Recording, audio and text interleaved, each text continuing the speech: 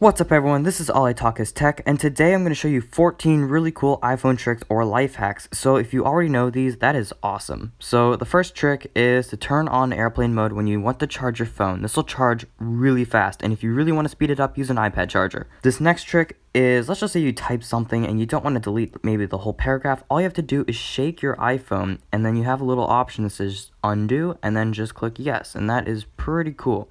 This next trick I use a lot. If you double click the home button after a sentence, it'll actually give you the period instead of having to go in the menus and stuff and trying to find the period. This is a really cool feature inside the compass. You can basically decide or see if something is level just using the compass on your phone. This uses the accelerometer and it turns green when the surface is level. This next trick comes very handy if you want to have like a stable video or something. Just take a picture using the volume buttons instead of having to tap that little button, because this is useful a lot because I have an iPhone 6s Plus and it's very big and uncomfortable to press that little button. This next feature comes handy if you have a big iPhone. What you want to do is swipe in the submenus instead of clicking that little tiny back button. So all you have to do is just swipe backwards, and then yeah, boom, you're back to the page you were previously on, which is pretty cool, so you don't have to press that tiny little button. Okay, so this next trick is really awesome. So you can either pay $1 to stop ads in games, which is totally not worth it, because if you want to stop ads in games, just put the phone in airplane mode and no ads will be displayed in the game you're playing. Okay, so this next one is inside the phone app. If you click the little green button, it'll basically call the most recent person you called, and if you type in the number star DATA or 3282 pound, then you'll basically get a little text message basically saying how much data you used. Now this is basically only for AT&T users, so if you have another network or carrier, this will not work.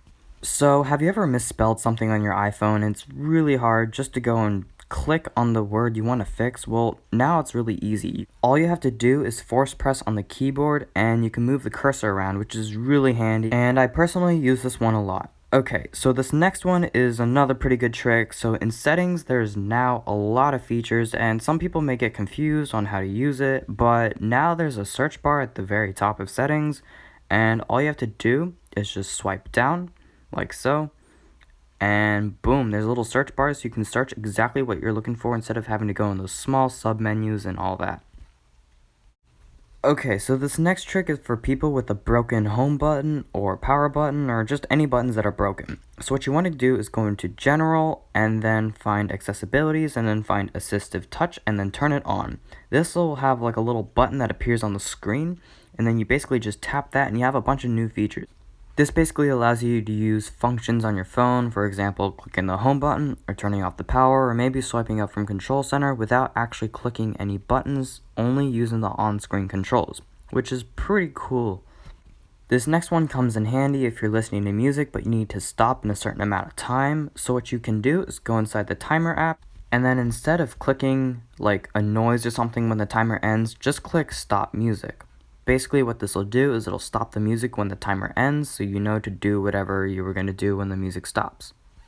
And then my last trick I want to share with all of you for this video is to turn off background app refresh. Now this will actually speed up your iPhone, so maybe you have an iPhone 4S or iPhone 5 and just want to speed it up a little bit. Just go to background app refresh, it's under general, and then just turn that off. And maybe you do want it on, just turn on specific applications and then turn off the rest.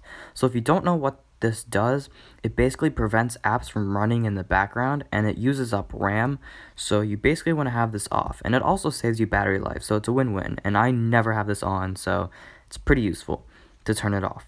Anyways, that's about it for today's video. Thank you so much for watching, and I'll see you in the next video. Peace out.